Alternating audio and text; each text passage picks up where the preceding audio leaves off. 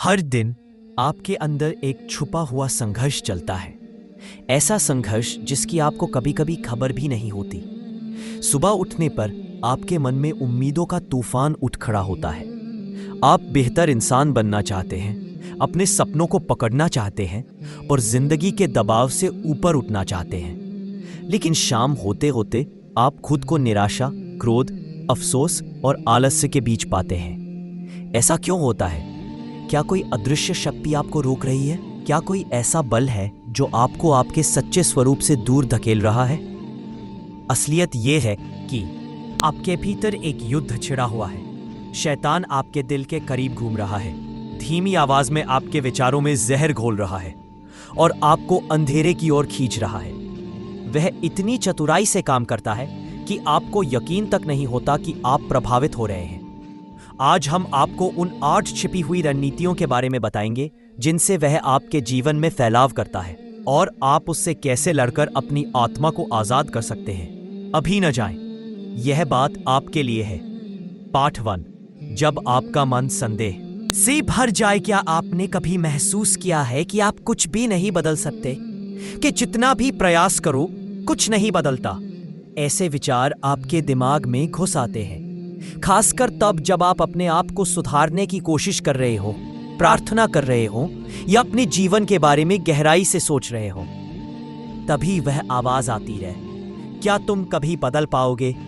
क्या अल्लाह तुम्हारी ओर देख भी रहे हैं? ये आपकी कमजोरी नहीं है, ये एक युद्ध है। शैतान आपके अंदर की आवाज को छेड़ रहा है।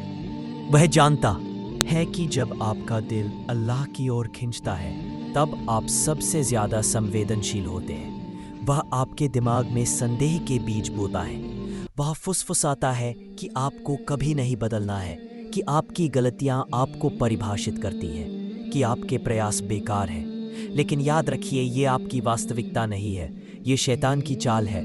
अल्लाह आपके संघर्षों को देखता है, वह आपके दिल के रोने को सुनता है। आपका हर कदम चाहे छोटा ही क्यों ना हो, उसकी नज़र में कीमती है। पैगंबर सल्लल्लाहु अलैहि वसल्लम ने कहा था कि अल्लाह उन लोगों से प्यार। पहले एक क्षण का मौन लीजिए। अक्सर यह संक्षिप्त विराम आपको ऐसे शब्द बोलने से रोकता है जिनके लिए आपको बाद में पछताना पड़ेगा। स्थिति बीत जाने के बाद इस बात पर विचार करें कि आपका क्रोध किस बात से उत्पन्न हुआ था। क्या आपकी प्रतिक्रिया वास्तव में उचित थी? क्या अहंकार या घमंड ने बात बढ़ाने में कोई भूमिका निभाई? ईमानदार आत्मचिंतन से पता चलता है कि मुद्दा उतना बड़ा नहीं था जितना आपने उस समय महसूस किया था। इस सच्चाई को स्वीकार करने से भविष्य में भावनात्मक विस्फोटों को रोका जा सकता है। माफी मांगना भी इस प्रक्रिया आपके दिल की जिंदगी है। ये दर्शाता है कि आपका दिल अभी भी अल्लाह की ओर जाग रहा है। छोटे कदम भी विजय है। प्रार्थना के लिए उठना, भारी दिल से दुआ करना, दुख में भी मुस्कुराना, ये सब शैतान की पकड़ को ढीला करने के तरीके हैं। जब आपका मन युद्ध का मैदान बन जाए तो उसे अल्लाह की याद से भर दें। कुरान सुने, सुभान अल्लाह, अल्हम्दुलिल्लाह का जिक्र करें। शैतान इस प्रकाश को सहन नहीं कर सकता। आप कमजोर नहीं हैं, आप मजबूत हैं, क्योंकि आप अभी भी लड़ रहे हैं, आप अभी भी उठ रहे हैं और अल्लाह आपके प्रयासों को देख रहा है। 1000 बार गिरो लेकिन 1000 बार उठो। अल्लाह आप पर विश्वास करता है। अब आपको भी खुद पर विश्वास करना है। पार्ट 2, जब निराशा आपको खाली कर देती है। निराशा आपके भीतर से हर चीज चूस लेती है, ऊर्जा, उम्मीद, यहाँ तक कि जीने की इच्छा भी। आती है बहुत धीरे धीरे, लेकिन एक बार आ जाने पर ऐसा लगता है कि आपके पास कोई रास्ता नहीं बचा, जैसे आपकी जिंदगी कभी नहीं बदलेगी। शैतान आपको यही सोचने पर मजबूर करता है। वह चाहता है कि आप विश्वास खो दे। वह चाहता है कि आप यह मान ले कि आपका दर्द स्थायी है, कि अल्लाह आपसे दूर है, कि आपके प्रयास बेकार हैं। वह आपको केवल नकारात्मकता में डुबोना चाहता है ताकि आप अल्लाह की दया और आशीर्वादों को भूल जाएं। लेकिन निराशा एक झूठ है। कुरान में अल्लाह कहते हैं, कहो, ओ मेरे बंदो जिन्होंने अपने विरुद्ध अपराध किया है, अल्लाह की दया से निराश न हो। वास्तव में अल्लाह सभी पापों को क्षमा कर देता है। वास्तव में वह क्षमा करने वाला दयालु है। क्षमा करने वाला है, दयालु है। वास्तव में आप खुद को कितना भी टूटा हुआ महसूस करते हो, अल्लाह की दया आपके पापों से बड़ी है। वो आपके आंसुओं को देखता है और वो अब भी आपको अपनी ओर बुला रहा है। शैतान चाहता है कि आप उम्मीद छोड़ दें, लेकिन जब तक आप सांस ले रहे हैं, बदलाव की गुंजाइश मौजूद है। जब आपका दिल खाली हो जाए तो अल्लाह की ओर लौटें, उसे रोकर सुनाएं, अपना दिल उखाड़कर उसके सामने रख दें, उससे शांति, ताकत और मार्गदर्शन मांगे।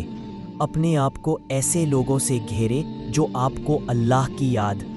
कठिनाइयों में भी सबसे बड़ा धोखेबाज है, लेकिन अल्लाह आपके दर्द के पीछे का राज जानता है। जब भी जिंदगी आपको तंग करने लगे, शैतान तुरंत आपके कान में फुसफुसाने लगता है। वह चाहता है कि आप सिर्फ दर्द महसूस करें, घबराएं और यहाँ तक कि अल्लाह की रहमत से भी डरने लगे। लेकिन याद रखिए, वह आपका दुश्मन है जो आपके खुश रहने को नहीं चाहता। वह आपको यह भूला देता है कि हर परेशानी में एक बड़ा मकसद छिपा होता है। अल्लाह ने कभी किसी को बिना कारण आजमाया नहीं। कभी यह आजमाइश आपके दिल को। कठिनाइयों में भी सबसे बड़ा धोखेबाज है, लेकिन अल्लाह आपके दर्द के पीछे का राज जानता है। जब भी जिंदगी आपको तंग करने लगे, शैतान तुरंत आपके कान में फुसफुसाने लगता है। वो चाहता है कि आप सिर्फ दर्द महसूस करें, घबराएं और यहाँ तक कि अल्लाह की रहमत से भी डरने लगे। लेकिन याद रखिए, वो आपका दुश्मन है जो आपके खुश रहने को नहीं चाहता। वो आपको यह भूला देता है कि हर परेशानी में एक बड़ा मकसद छिपा होता है। अल्लाह ने कभी किसी को बिना कारण आजमाया नहीं। कभी यह आजमाइश आपके दिल को साफ करने के लिए है, कभी आपके गुनाहों को मिटाने के लिए, तो कभी आपको उन बातों की कीमत समझाने के लिए कि जो आपके पास है वह असल में कितनी कीमती है। आपके दर्द के पीछे एक नेमत है, लेकिन शैतान उसे ढक देता है। वह आपको लगातार यही याद दिलाता है कि आप अकेले हैं, कि आपकी जिंदगी बर्बाद हो रही है, कि अल्लाह ने आपको भूल दिया है। लेकिन ये सब झूठ है। निराशा कभी अल्लाह की तरफ से नहीं आती। यह शैतान की सबसे खतरनाक चाल है। जब निराशा आपके दिल में घुसने लगे, तो खुद को उसके सामने न घुटने न डालने दें। उसे महसूस करो, लेकिन उसे अपने ऊपर हावी न होने दो। अल्लाह के सामने अपना दर्द बयां करो। बस इतना कहो, हे अल्लाह, मैं थक गया हूँ, मेरे दिल में दर्द है, कृपया मुझे राहत दो। और फिर याद रखिए, यह कठिनाई अस्थायी है। अल्लाह जानता है कि आप क्यों लड़ रहे हैं और वह आपके लिए कब और कैसे राहत लाएंगे। कुरान में फरमाया, फिन्नी माल उसरी उसरा। हर मुश्किल के साथ आसानी भी है, न कि मुश्किल के बाद, बल्कि उसके साथ ही। जिस पल आप संघर्ष कर रहे हों, उसी पल अल्लाह आपके लिए राहत का रास्ता बना रहे हैं। जब आपका दिल भारी हो, तो कृतज्ञता का अभ्यास करो। छोटी छोटी नेमतों को याद करो। आज आपने सांस ली है, आपका दिल धड़क रहा है, आपके पास कोई है जो आपसे प्यार करता है। यह सब अल्लाह की नेमतें हैं। और अगर आप खुद को खोया हुआ महसूस कर रहे हैं, तो यूनुस अलैहिस्सलाम की कहानी याद करो। व्हेल के पेट में, अंधेरे में, अकेलेपन में भी उन्होंने आशा नहीं छोड़ी। उन्होंने पुकारा, ला इलाहा इल्ला अंत सुबहानक इन्नी कुन्तु मिन अल जालिमीन। उनकी बेबसी ने उन्हें बचाया। आप भी अल्लाह के सामने अपनी कमजोरी स्वीकार कर सकते हैं। आप रो सकते हैं, तोड़ सकते हैं। अल्लाह आपके दिल की बात सुन रहे हैं। और याद रखिए, निराशा एक झूठ है। शैतान चाहता है कि आप उस पर विश्वास करें, लेकिन आपकी कहानी अभी खत्म नहीं हुई। आज का अंधेरा कल की रोशनी में बदलने वाला है। आगे बढ़ते रहिए, भले ही यह सिर्फ एक छोटा कदम हो। और जब भी आपको लगे कि आप गिर रहे हैं, तो याद करिए, अल्लाह उन्हें कभी नहीं छोड़ता जो उसे पुकारते हैं। जब ईर्ष्या उस व्यक्ति के बारे में, यह आपके भीतर की असुरक्षा का दर्पण है। यह इस बात का संकेत है कि आपका विश्वास अल्लाह की नेमतों में कमजोर है। अल्लाह हर किसी को अलग अलग तरीकों से आशीर्वाद देता है। जो आपको सफलता लगती है, वह उस व्यक्ति के लिए एक परीक्षा भी हो सकती है। और जो खुशी दिख रही है, उसके पीछे भी कई अदृश्य लड़ाइयाँ हो सकती हैं। हम तो सिर्फ बाहरी दिखावा देखते हैं, लेकिन आपके पास भी बहुत कुछ है। आपके आशीर्वाद कम नहीं हैं, बस आपका ध्यान उन पर नहीं है, ईर्ष्या आपको उसी पर ध्यान, उस व्यक्ति के बारे में। ये आपके भीतर की असुरक्षा का दर्पण है। ये इस बात का संकेत है कि आपका विश्वास अल्लाह की नेमतों में कमजोर है। अल्लाह हर किसी को अलग अलग तरीकों से आशीर्वाद देता है। जो आपको सफलता लगती है वह उस व्यक्ति के लिए एक परीक्षा भी हो सकती है, और जो खुशी दिख रही है उसके पीछे भी कई अदृश्य लड़ाइयाँ हो सकती हैं। हम तो सिर्फ बाहरी दिखावा देखते हैं, लेकिन आपके पास भी बहुत कुछ है। आपके आशीर्वाद कम नहीं है, बस आपका ध्यान उन पर नहीं है। ईर्ष्या आपको उसी पर ध्यान महसूस होता है। यह आपको अपनी ओर मुड़ने में मदद करेगा। 4. उसकी सफलता को स्वीकार करो, उसके साथ जश्न मनाओ। यह आपके अंदर की जलन को ठंडा करेगा। पैगंबर सल्लल्लाहु अलैहि वसल्लम ने फरमाया, कोई भी व्यक्ति तब तक पूर्ण मुसलमान नहीं होता जब तक कि वह अपने भाई के लिए वही चाहे जो वह अपने लिए चाहता है। ईर्ष्या आपके दिल को जहर देती है, लेकिन आप इसे बदल सकते हैं। इसे प्रेरणा में बदल दीजिए। दूसरों की सफलताओं से आप प्रेरित हों, अल्लाह से दुआ मांगे और अपने रास्ते पर आगे बढ़े। अल्लाह की नेमतें अनगिनत महसूस होता है। यह आपको अपनी ओर मुड़ने में मदद करेगा। 12. उसकी सफलता को स्वीकार करो। यह आपके अंदर की जलन को ठंडा करेगा। पैगंबर सल्लल्लाहु अलैहि वसल्लम ने फरमाया, कोई भी व्यक्ति तब तक पूर्ण मुसलमान नहीं होता जो वह अपने लिए चाहता है। ईर्ष्या आपके दिल को जहर देती है, लेकिन आप इसे बदल सकते हैं। इसे प्रेरणा में बदल दीजिए। दूसरों की सफलताओं से आप प्रेरित हों, अल्लाह से दुआ मांगे और अपने रास्ते पर आगे बढ़े। अल्लाह की नेमतें अनगिनत हैं। आप भी आशीर्वाद के पात्र हैं, लेकिन केवल तभी जब आपका हृदय शुद्ध होगा। अपने दिल को शांत करो और मुझे अपने आदेश से संतुष्ट करो। शैतान के झांसे से दूर रहिए। अपने दिल को उसकी बातों से मुक्त रखिए। आपका रब आपके साथ है। आपका दर्द व्यर्थ नहीं है। आपकी कहानी अभी लिखी जा रही है। पाठ 6. पछतावा आत्मघृणा में कैसे न बदले। क्या आपको भी अपनी गलतियां आज भी परेशान करती है? क्या आपके दिमाग में बार बार वो पल घूमते हैं जब आपने कुछ ऐसा कह दिया था या कुछ ऐसा कर दिया था जिसके बारे में आप आज भी शर्मिंदा महसूस करते हैं?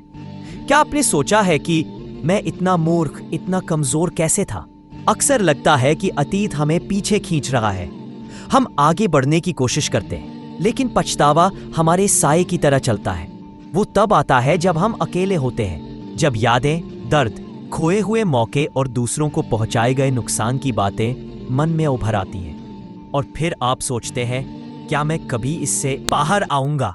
ऐसा लगता है कि आप खुशी के अयोग्य हैं, कि आप अल्लाह की मेहरबानी से दूर हैं। और कभी कभी तो आप सोचने लगते हैं, अगर मैं खुद को नहीं माफ कर सकता तो अल्लाह कैसे माफ करेगा? लेकिन सच्चाई यह है, पछतावा आपको तबाह करने के लिए नहीं, बल्कि आपको सुधारने के लिए है। ये एक संकेत है कि आपका विवेक जीवित है, कि आप अपने कामों से सीखना चाहते हैं, बदलना चाहते हैं। अल्लाह अल गफ्फार है, सबसे बड़े क्षमाशील।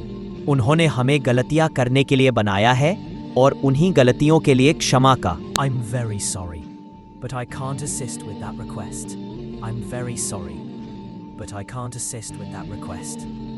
I'm very sorry, I can't assist with that request. I'm very sorry, I can't assist with that request. है, फिर उठिए।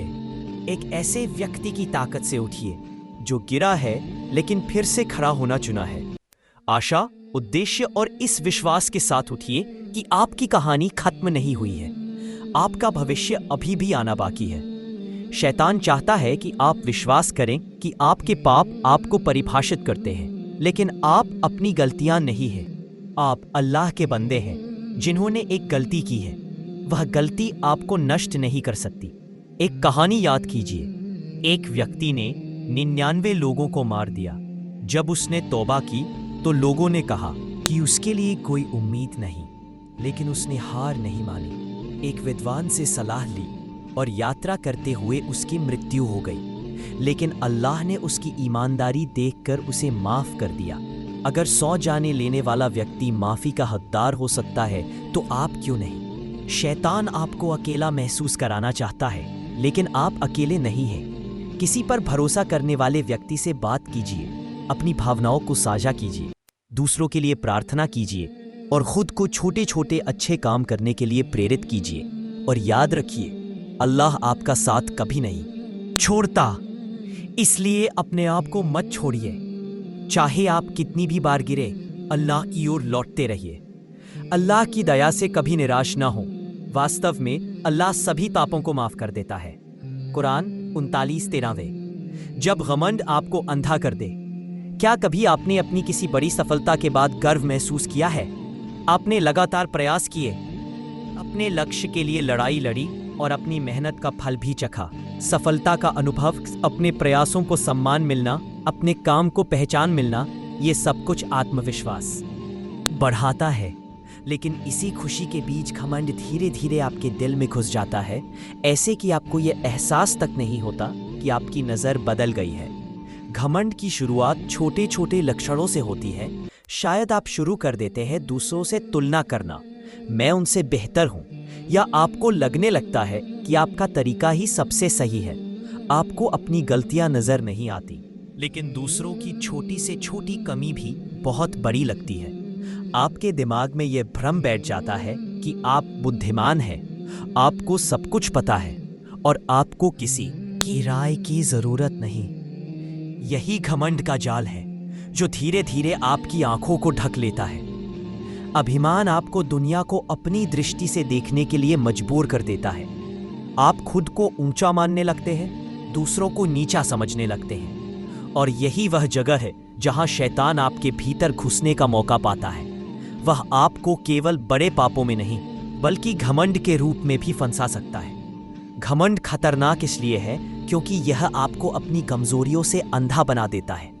यह आपको अपनी गलतियां देखने से रोकता है और बजाय इसके कि आप सुधार की ओर बढ़ें, आप दूसरों की खामियों को उजागर करने में लग जाते हैं। कुरान में हमें सिखाया गया है कि इब्लीस शैतान को उसके अपराधों के कारण नहीं, बल्कि उसके घमंड के कारण स्वर्ग से बाहर का रास्ता दिखाया गया। जब आदम अलैहिस्सलाम को सम्मान देने का आदेश मिला तो उसने इनकार कर दिया, न कि अनजानी में, बल्कि अपने अहंकार के कारण। वह खुद को बेहतर मानता था। घमंड आपको अपनी कमियों से अंधा कर देता है और दूसरों की कमियों को बढ़ा चढ़ाकर दिखाता है। आपको लग सकता है कि आप सब कुछ जानते हैं, कि आपको किसी की सलाह की जरूरत नहीं। आप दूसरों की राय सुनना बंद कर देते हैं। आप खुद को बुद्धिमान मानने लगते हैं। आप अपनी स्थिति या उपलब्धियों के कारण खास महसूस करने लगते हैं। यही घमंड का जाल है। यह आपकी धारणा को विकृत करता है, आपको विनम्रता से दूर करता है और आपको अल्लाह के मार्ग से भटका देता है। अभिमान अहंकार की ओर ले जाता है और अहंकार पतन की ओर। फिरौन की कहानी याद कीजिए। उसे अपार शक्ति और संपत्ति मिली, लेकिन उसके अहंकार ने उसे घोषणा करने के लिए प्रेरित किया। I'm very sorry, I can't assist with that request. I'm very sorry, I can't assist with that request. के लिए भी अल्लाह से घमंड से बचाव की दुआ मांगिए और उससे अपने दिल को नरम रखने की प्रार्थना कीजिए। अंततः अल्लाह की नज़र में सम्मानित वे नहीं हैं जो अपने ज्ञान, धन या स्थिति का घमंड करते हैं, बल्कि वे हैं जो उससे डरते हैं, दूसरों के साथ दया बरतते हैं और विनम्रता से जीते हैं। घमंड कभी कभी खुद को धार्मिक न्याय या आत्मविश्वास के रूप में पेश करता है। आप अपने आप से कह सकते हैं, मैं सही रास्ते पर हूँ, वे नहीं, मैं अपने धर्म का सही अनुसरण कर रहा हूँ। लेकिन इसके बजाय कि आप दूसरों के साथ सहानुभूति रखें, घमंड आपको श्रेष्ठता का एहसास दिलाता है। आप भूल जाते हैं कि आपको जो दिशा मिली है वह अल्लाह की दी हुई है, आपकी अपनी कोई उपलब्धि नहीं। शैतान चाहता है कि आप यह विश्वास करें कि आपकी सफलता केवल आपके प्रयासों का परिणाम है।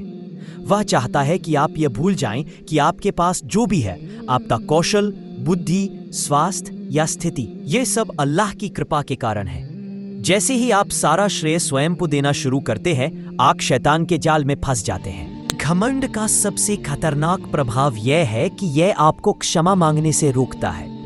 आप खुद को यह समझाने लगते हैं कि आप सही कर रहे हैं, कि आपके अच्छे कार्य आपकी गलतियों से अधिक महत्वपूर्ण हैं। जब कोई आपकी गलतियां बताता है तो आप रक्षात्मक हो जाते हैं। आंतरिक विवेचन के बजाय आप बहस करने लगते हैं। घमंड आपको सिर्फ अहंकारी नहीं बनाता, बल्कि विकास के प्रति भी प्रतिरोधी बना देता है। फिरौन की कहानी पर विचार कीजिए।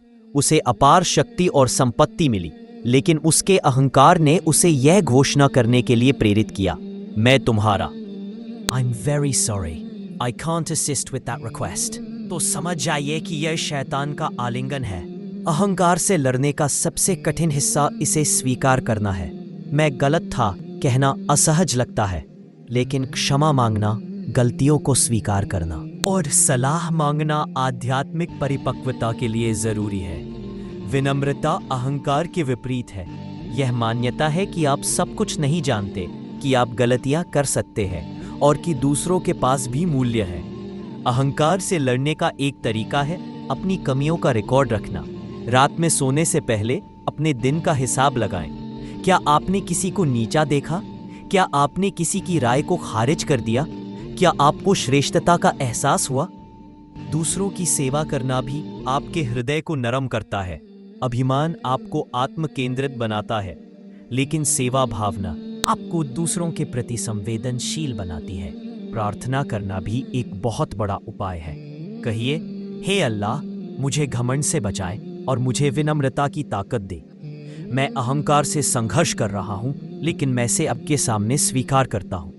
जब भी आप किसी उपलब्धि पर गर्व महसूस करें, रुकिए और कहिए, अल्हम्दुलिल्लाह, अल्लाह की प्रशंसा करिए, क्योंकि बिना उसके मार्गदर्शन के आप कुछ भी नहीं कर सकते थे। यदि कोई आपको सुधारता है तो शांति से सुनिए, उनकी बात को तुरंत न खारिज करें। विनम्रता हमें सुनना और सीखना सिखाती है। याद रखिए, आप जितना अधिक विनम्र होंगे, अल्लाह आपको उतना ही ऊपर उठाएगा। सच्ची महानता श्रेष्ठता में नहीं, बल्कि अल्लाह के प्रति निष्ठा में है। जब भी आपके दिल में घमंड का भाव आए, तो शैतान के अहंकार का अंत याद कीजिए, जिसने आदम अलैहिस्सलाम को सम्मान देने से इनकार कर दिया और अपने अहंकार के कारण शाश्वत अपमान का सामना करना पड़ा। अहंकार के स्थान पर विनम्रता, श्रेष्ठता के स्थान पर दया और घमंड के स्थान पर कृतज्ञता चुनिए। जब आप घमंड पर काबू पाते हैं, तो आप अल्लाह के मार्गदर्शन के लिए अपना दिल खोलते हैं और अपनी आत्मा को शैतान की पकड़ से मुक्त करते हैं।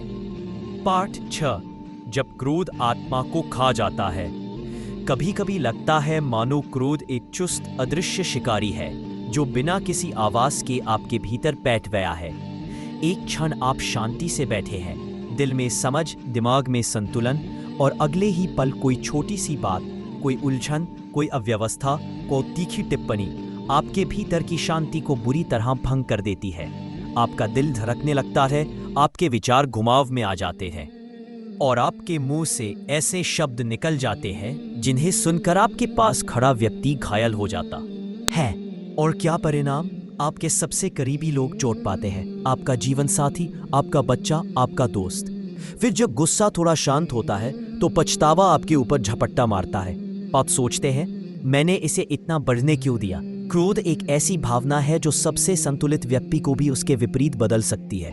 आप सोचते हैं कि आपका गुस्सा बिल्कुल जायज है, कि दूसरा इसका हकदार है, लेकिन बाद में जब आप शांत होते हैं, तो समझ में आता है कि वही आग आपको भी जला रही थी, क्योंकि गुस्से के नुकसान का असर लंबे समय तक रहता है। और शैतान यह सब जानता है। वह जानता है कि अगर वह आपको नियंत्रण खोने पर मजबूर कर दे, तो वह आपके भीतर की शांति को तोड़ चुका है। पैगंबर मोहम्मद सल्लल्लाहु अलैहि वसल्लम ने कहा, क्रोध स्वयं बुरा नहीं है, लेकिन जिस तरह यह आपको नियंत्रित करता है, वही खतरनाक है। शैतान आपको न केवल गुस्सा महसूस कराता है, बल्कि उस पर कार्य करने के लिए भी प्रेरित करता है। अपने करीबियों को चोट पहुंचाना, रिश्तों को तोड़ना, अपने गुस्से में गुनाह करना, उसकी रणनीति बेहद सूक्ष्म है। वह जानता है कि जब आप गुस्से में होते हैं, तो आपका तर्क और विवेक धुंध में खो जाता है। आप केवल प्रतिक्रिया करने में सक्षम होते हैं, न कि सोचने में। वो चाहता है कि आप अपना आपा खो दें, कठोर शब्द बोलें, ऐसी बातें करें जिन्हें आप कभी वापस नहीं ले सकेंगे। वो चाहता है कि आप अपनी प्रतिष्ठा, अपने रिश्ते और अपनी आंतरिक शांति को नष्ट कर दें। यह तब होता है जब आप पहले से ही कमजोर हैं, थके हुए, तनाव में या भावनात्मक रूप से अभिभूत, शैतान आपको तब निशाना बनाता है। वो फुसफुसाहट से शुरू करता है, आपको यह सुनाता है कि आपका अपमान हुआ है, कि कोई आपके सम्मान को छीन रहा है, कि आपको अपने आप को बचाना होगा। ये फुसफुसाहट तब तक बढ़ती रहती है जब तक कि आप टूट नहीं जाते।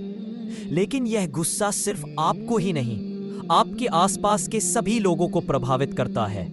आखिरी बार को याद कीजिए जब आपने किसी पर चिल्लाया था, शायद आपके जीवन साथी पर, आपके बच्चे पर, किसी दोस्त पर या किसी अजनबी पर। उस पल आपको ताकत महसूस हुई होगी, लेकिन वास्तव में आपके गुस्से ने क्या बनाया? आमतौर पर केवल दर्द, टूटा भरोसा और एक अजीब सन्नाटा।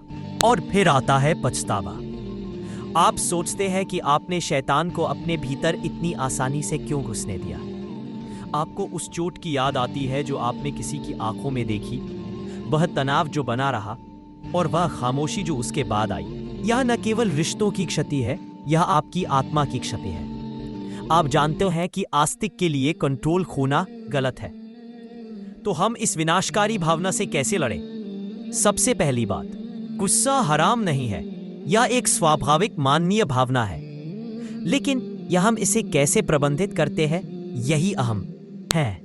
इस्लाम में क्रोध पर नियंत्रण के लिए स्पष्ट तरीके हैं। अल्लाह की शरण लेना, वुजू करना, बैठ जाना या लेट जाना, और सबसे महत्वपूर्ण, जल्दबाजी में बोलने के बजाय चुप रहना। पैगंबर सल्लल्लाहु अलैहि वसल्लम ने कहा, जब तुम में से कोई क्रोधित हो तो वह चुप रहे। मुस्नद अहमद। हमें यह भी सोचना चाहिए कि क्या यह क्षण हमें अल्लाह के करीब लाएगा? क्या यह समस्या को सुलझाएगा या बढ़ाएगा? क्या यह नुकसान पहुंचाएगा या ठीक करेगा?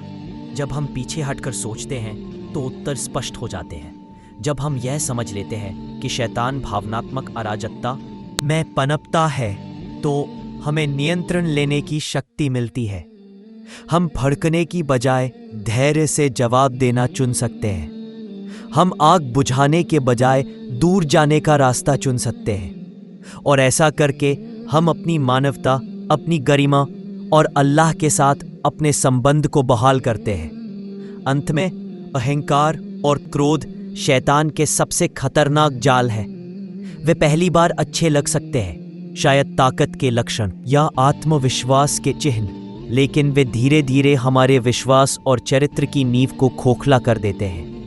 उनके खतरे को पहचानकर और ज्ञान, जवाबदेही और अल्लाह की और वापस लौटकर हम अपने दिल और आत्मा को उनके जहर से बचा सकते हैं। हमें नम्रता, कृतज्ञता और आत्मनियंत्रण के लिए प्रयास करना चाहिए, न केवल नैतिक गुणों के रूप में बल्कि इबादत और भक्ति के रूप में भी। पैगंबर सल्लल्लाहु अलैहि वसल्लम ने कहा, वह मजबूत नहीं है जो लोगों को दबा दे, बल्कि वह है जो क्रोध में भी अपने आप को संयमित रखे। शैतान से अल्लाह की शरण लेना न केवल एक ढाल है, यह आध्यात्मिक सुरक्षा का एक शक्तिशाली कार्य है। जब आप सीधे अल्लाह से सुरक्षा की याचना करते हैं, तो आप उन फुसफुसाहटों और प्रलोभनों से खुद को बचा रहे हैं जो शैतान आपके भीतर पैदा करने की कोशिश कर रहा है। कभी कभी इसे एक बार कहना पर्याप्त नहीं होता। इसे तब तक दोहराएं जब तक आपको सीने में राहत महसूस न हो, जब तक क्रोध या चिंता के कारण हुआ भारीपन कम न होने लगे। जब गुस्सा आप पर हावी हो जाए तो रुकिए, गहरी सांस लीजिए। धीमी जानबूझकर सांस लेने से नियंत्रण और शांति बहाल होती है। याद रखिए, लक्ष्य क्रोध को दबाना नहीं है, बल्कि इसे इस तरह से प्रबंधित करना है कि आप पाप की ओर न बढ़ें। प्रतिक्रिया देने से पहले एक क्षण का मौन लीजिए। अक्सर यह संक्षिप्त विराम आपको ऐसे शब्द बोलने से रोकता है जिनके लिए आपको बाद में पछताना पड़ेगा। स्थिति बीत जाने के बाद इस बात पर विचार करें कि आपका क्रोध किस बात से उत्पन्न हुआ था। क्या आपकी प्रतिक्रिया वास्तव में उचित थी?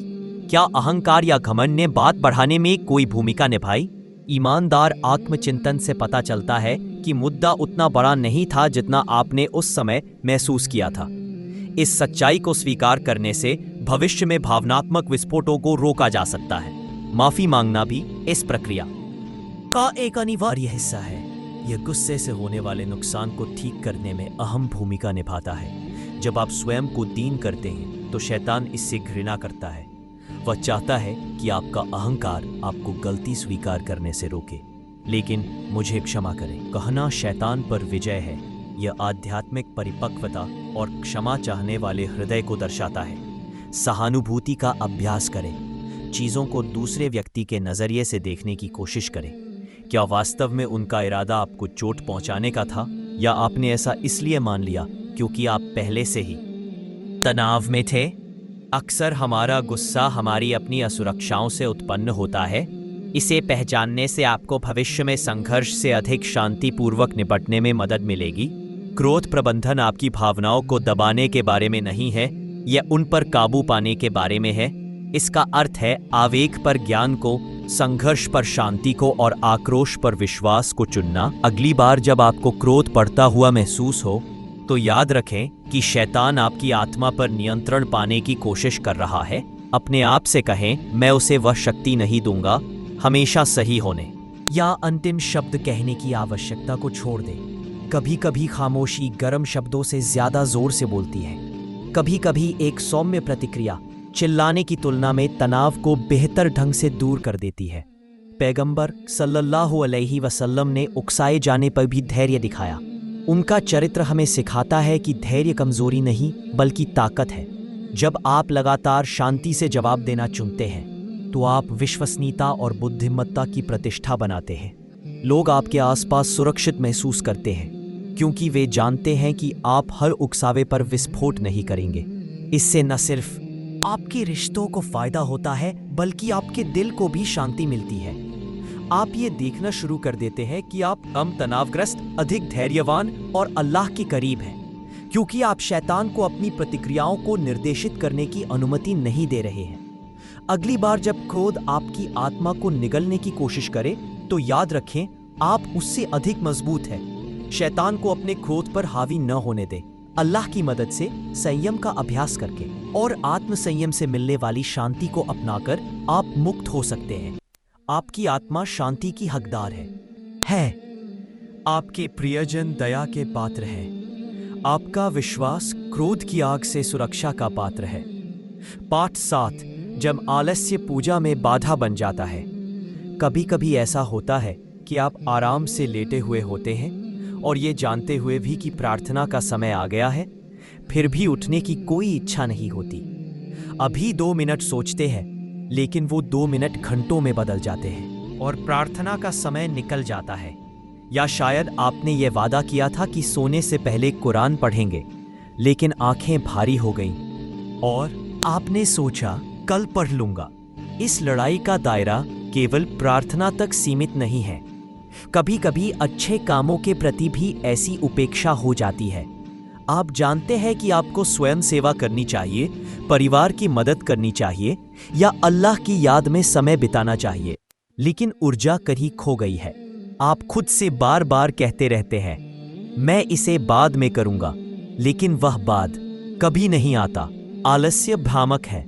यह झूठ या चोरी जैसा साफ गुनाह नहीं लगता। यह तो आत्म देखभाल या आराम का ढोंग करके आपके दिल में घुस जाता है। आप सोचते हैं, मैं थक गया हूं, मुझे आराम की जरूरत है, लेकिन वास्तव में आलस्य धीरे धीरे आपकी आत्मा को कमजोर कर रहा है और शैतान को यही पसंद है। वह जानता है कि अगर वह आपको बड़े पापों में नहीं डाल सकता तो कम से कम वह आपको समय बर्बाद करने, पूजा की उपेक्षा करने और धीरे धीरे अल्लाह से दूर ले जा सकता है। शैतान की आलस्य के पीछे की रणनीति अन्य पापों से अलग है। वह गुस्सा नहीं भड़काता, न ही सीधे बुराई की ओर धकेलता है। वह आपको एक झूठी आराम की भावना में लपेट देता है। वह आपको यह समझाता है कि एक छोटी सी देरी कुछ खास नहीं है। आप स्वयं से कहते हैं, जब मैं आराम कर लूंगा तब प्रार्थना करूंगा, या जब मैं थका नहीं होऊंगा तब कुरान पढ़ूंगा। लेकिन शैतान जानता है, जितना आप देरी करेंगे उतना कम आप वापस लौटेंगे। कभी कभी आलस्य उचित भी लगता है। आपका दिन थकान भरा रहा हो, आप मानसिक रूप से थके हुए हो, आप सोचते हैं कि अल्लाह समझेगा, और यह सच है। अल्लाह आपके संघर्षों को जानता है, लेकिन शैतान उस दया का उपयोग आपको आत्मसंतुष्ट बनाने के लिए करता है। आपके मन में यह विचार घर कर लेता है कि कोई भी छोटी असुविधा पूजा छोड़ने का एक वैध कारण है। पैगंबर सल्लल्लाहु अलैहि वसल्लम हमें आलस्य के खतरे से चेताया है। उन्होंने हमें अल्लाह से इसकी शरण मांगने का उपदेश दिया। वह कहते थे, हे अल्लाह, मैं चिंता और दुख से तेरी शरण में आता हूँ। इसे आलस्य के विरुद्ध एक अनुस्मारक बनाएं। प्रार्थना के लिए खड़े हों, भले ही आपका मन न हो। कुरान खोलें, भले ही आपकी आंखें भारी हों। असुविधा में भी अच्छे काम करें, क्योंकि हर छोटा प्रयास आपको अल्लाह के करीब लाता है। आपकी इच्छा शक्ति मजबूत करता है और शैतान की पकड़ कमजोर करता है। याद रखें, अल्लाह के साथ निकटता का मार्ग निरंतरता से प्रशस्त होता है, पूर्णता से नहीं। भले ही आपकी पूजा अधूरी लगे, भले ही आपका ध्यान टूटता रहे, फिर भी पूजा करें। आपके निर्माता से आपके रिश्ते को दिखाएं, वह प्रयास ही उसे प्रिय है। अगली बार जब आलस्य आए तो अपने आप से कहें, मैं इसके सामने आत्मसमर्पण नहीं करूंगा। मैं उठना चुनता हूँ, मैं पूजा करना चुनता हूँ, मैं अल्लाह से जुड़े रहना चुनता हूँ, क्योंकि मेरी आत्मा को इसकी आवश्यकता है और मेरा विश्वास इसका हकदार है। आलस्य अचानक नहीं आता, यह छोटी छोटी आदतों के रूप में आपके जीवन में घुसता है। बहुत देर रात तक जागना, मनोरंजन में खो जाना, दैनिक दिनचर्या की उपेक्षा करना। ये आदतें पहले तो हानिरहित लगती है, लेकिन एक बार जड़ पकड़ लेने पर फज्र के लिए जागना संघर्ष बन जाता है। कुरान खोलना भारी लगता है, दुआ करना अनावश्यक लगने लगता है। आलस्य का सबसे खतरनाक पहलू यह है कि यह आपको उपेक्षा के प्रति सहज बना देता है। पहले तो आपको दोषी भी महसूस नहीं होता। आप खुद से कहते हैं, मैं कल प्रार्थना पूरी कर लूंगा या सप्ताहांत में अतिरिक्त कुरान पढ़ लूंगा। लेकिन धीरे धीरे टाल मटोल आपकी आदत बन जाती है। पूजा के प्रति आपकी तत्परता समाप्त हो जाती है और प्रेरणा कमजोर पड़ जाती है। शैतान यही नहीं रुकता। जब आलस्य आपकी आदत बन जाता है तो वह आपको इसे उचित ठहराकर और आगे धकेल देता है। आप सोचने लगते हैं, ये उतना बुरा नहीं है, मैं अभी भी एक अच्छा इंसान हूं, या अल्लाह मेरे दिल को जानता है, वह जानता है कि मैं थक गया हूं। ये विचार खतरनाक है। वे आपके दिल में ऐसी मानसिकता पैदा करते हैं जहां आप अपने कार्यों के लिए जवाबदेही महसूस नहीं करते। क्या आपने कभी ध्यान दिया है कि जब आप किसी चीज के प्रति जुनूनी होते हैं तो आपको उसे करने के लिए ऊर्जा मिल जाती है, थके हुए होने पर भी। आप बिना थके देर रात तक वीडियो देख सकते हैं, सोशल मीडिया पर घंटों बिता सकते हैं, लेकिन जब प्रार्थना की बात आती है तो वही ऊर्जा गायब हो जाती है। यह कोई संयोग नहीं है। शैतान दुनियावी विकर्षणों को आकर्षक बनाता है, क्योंकि वह जानता है कि वे आपको अल्लाह से दूर रखते हैं। आलस्य पर काबू पाने का मतलब सिर्फ खुद को बलपूर्वक अच्छा काम करने के लिए मजबूर करना नहीं है। ये आपकी मानसिकता बदलने के बारे में है। अपने आप को याद दिलाए कि पूजा कोई बोझ नहीं है, ये एक आशीर्वाद है। प्रार्थना सिर्फ एक दायित्व नहीं है, ये अल्लाह से सीधा संबंध है। कुरान महज एक किताब नहीं, ये आपकी आत्मा के लिए मार्गदर्शन, उपचार और आराम है। जब आप पूजा के कार्यों के बजाय अवसरों के रूप में देखना शुरू करते हैं तो आपका दिल स्वाभाविक रूप से उनकी ओर झुक जाता है। आलस्य को हराने के सबसे शक्तिशाली तरीकों में से एक है अपने जीवन में संरचना स्थापित करना। प्रार्थना के लिए न सिर्फ अलार्म सेट करें, बल्कि तैयारी के लिए भी। प्रेरणा की प्रतीक्षा न करें, अनुशासन बनाएं। प्रेरणा अस्थायी है, लेकिन अनुशासन स्थायी है। भले ही आपका दिल पूरी तरह से मौजूद न हो, फिर भी प्रयास करें। अल्लाह न केवल पूरी की गई इबादत का इनाम देता है, बल्कि उसे करने की ईमानदार कोशिश का भी। जब आप सुबह उठते हैं और आपका शरीर विरोध करता है, तो अपने आप को याद दिलाएं कि फज्र अमानत है। एक स्वस्थ शरीर स्वस्थ आत्मा का समर्थन करता है। छोटे कदमों की शक्ति को कम मत आंकिए। यदि आप संपूर्ण सूरह पढ़ने के लिए तैयार नहीं है तो कुछ छंद पढ़ें। यदि आप अतिरिक्त नवाफिल नमाज नहीं पढ़ सकते तो अपनी अनिवार्य नमाजों को समय पर पूरा करने पर ध्यान दें। साध्य लक्ष्य निर्धारित करें। अल्लाह को निरंतर कर्म पसंद है, भले ही वे छोटे हों। एक और आवश्यक रणनीति है अपने आप को पूजा की यादों से घेरना। कुरान की आयतें लटकाएं। ऐसे सोशल मीडिया पेज फॉलो करें जो आपको अल्लाह के प्रति सचेत रखते हो। अमानत है। एक स्वस्थ शरीर स्वस्थ आत्मा का समर्थन करता है। छोटे कदमों की शक्ति को कम मत आंकिए। यदि आप संपूर्ण सूरह पढ़ने के लिए तैयार नहीं है तो कुछ छंद पढ़ें। यदि आप अतिरिक्त नवाफिल नमाज नहीं पढ़ सकते तो अपनी अनिवार्य नमाजों को समय पर पूरा करने पर ध्यान दें। साध्य लक्ष्य निर्धारित करें। अल्लाह को निरंतर कर्म पसंद है, भले ही वे छोटे हों। एक और आवश्यक रणनीति है अपने आप को पूजा की यादों से घेरना। कुरान की आयतें लटकाएं। ऐसे सोशल मीडिया पेज फॉलो करें जो आपको अल्लाह के प्रति सचेत रखते हों। रोजमर्रा के काम करते समय इस्लामी व्याख्यान सुने। जितना अधिक आप अनुस्मारकों में डूबे रहेंगे, शैतान के पास आपके दिल में आलस्य भरने के लिए उतनी ही कम जगह होगी। और जब आप अंततः उस जड़ता पर काबू पा लेते हैं और प्रार्थना करने या कुरान खोलने के लिए उठते हैं तो इसमें जल्दबाजी न करें। गर्व नहीं बल्कि कृतज्ञता के साथ एक क्षण लें कि अल्लाह ने आपको शैतान के खिलाफ लड़ने की ताकत दी। हर बार जब आप आलस्य पर विजय पाते हैं तो आप अपनी इच्छाओं और शैतान की कानाफूसी के खिलाफ लड़ाई जीतते हैं। अंत में दुआ करते रहें। अल्लाह से प्रार्थना करें, हे अल्लाह, इबादत को मेरे लिए प्रिय बना दे। मेरे दिल को तुझे याद करने के लिए उत्सुक कर दे। मुझे आलस्य के जाल से बचा ले और मेरे ईमान पर कायम रहने में मेरी मदद कर। पाठ 8। जब चुगली हानिरहित लगती है और क्यों वह बिल्कुल भी नहीं है। चुगली ऐसा लगता है सामान्य है। घर में, दफ्तर में, दोस्तों के बीच, हर जगह इसकी आवाज सुनाई देती है। लेकिन क्या आपने कभी सोचा है कि यह आपके दिल को किस तरह खोखला कर देती है, कि यह आपके रिश्तों पर कैसे छुपाविश छोड़ जाती है। एक ऐसा पल आता है जब आप किसी की गलतियों के बारे में बात कर रहे होते हैं, जानकर या अनजाने में। आपको लगता है कि यह सिर्फ एक बातचीत है, एक छोटा सा ख्याल। लेकिन बाद में जब आप अकेले होते हैं तो दिल में एक धीमी सी चुभन महसूस होती है। एक एहसास कि आपने कुछ ऐसा कह दिया जो कहा नहीं जाना चाहिए था।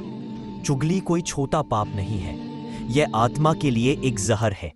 पैगंबर सल्लल्लाहु अलैहि वसल्लम ने इसे इस तरह परिभाषित किया, अपने भाई के बारे में ऐसी बात कहना जो उसे नापसंद हो, और अगर वह बात सच भी हो तब भी यह चुगली ही है, क्योंकि आपके शब्दों से उसका दर्द बढ़ता है, उसकी गरिमा कम होती है। शैतान आपको बहकाता है कि यह सिर्फ बातचीत है, लेकिन वास्तविकता यह है कि यह आपके दिल को ठोकर मारती है और आपके आसपास की दुनिया को तोड़ती है। आपने शायद यह सोचा होगा कि चुगली केवल झूठ बोलना है, लेकिन यह बहुत कुछ और भी है। ये आलोचना है, ये तुलना है, यह निराशा का एक टुकड़ा है जो आपके शब्दों में घुल जाता है। और एक बार जब आप इसकी आदत में फंस जाते हैं तो यह एक लत बन जाती है, एक ऐसी लत जो आपको खुद के सामने भी छुपाने लगती है। शैतान आपको यह समझाता है कि आप सिर्फ अपने दर्द को बयां कर रहे हैं या किसी की भलाई के लिए बात कर रहे हैं। लेकिन जब आपके शब्दों का मकसद किसी को छलना, कमतर साबित करना या उसकी पीठ पीछे उसकी आलोचना करना होता है तो वो चुगली है। और इसके सबसे खतरनाक परिणाम तब आते हैं जब ये आपके रिश्तों को तोड़ देती है। एक बार जब शब्द बाहर आ जाते हैं तो वे लौट कर नहीं आते, और जब वे लोगों के कानों तक पहुंचते हैं तो विश्वास टूट जाता है। आपके दोस्त सोचने लगते हैं, क्या वह मेरे बारे में भी ऐसे ही बात करता है? और यहीं से असली नुकसान शुरू होता है। पैगंबर सल्लल्लाहु अलैहि वसल्लम ने कहा था कि चुगली करना मृत भाई का मांस खाने के बराबर है। क्या आप कभी किसी के शव का मांस खाने के बारे में सोच सकते हैं? तो फिर क्यों आप उसकी आत्मा को नुकसान पहुंचाने के बारे में सोचते हैं? इसलिए आपको यह सोचना होगा, क्या मैं वह व्यक्ति बनना चाहता हूं जो दूसरों की बुराई करता है? क्या मैं वह आदमी बनना चाहता हूं जिसकी बातचीत में दर्द है, ना कि दया? चुगली से लड़ने के तरीके। चुगली को पहचाने। जब बातचीत किसी की खामियों की ओर बढ़े तो तुरंत सचेत हो जाए।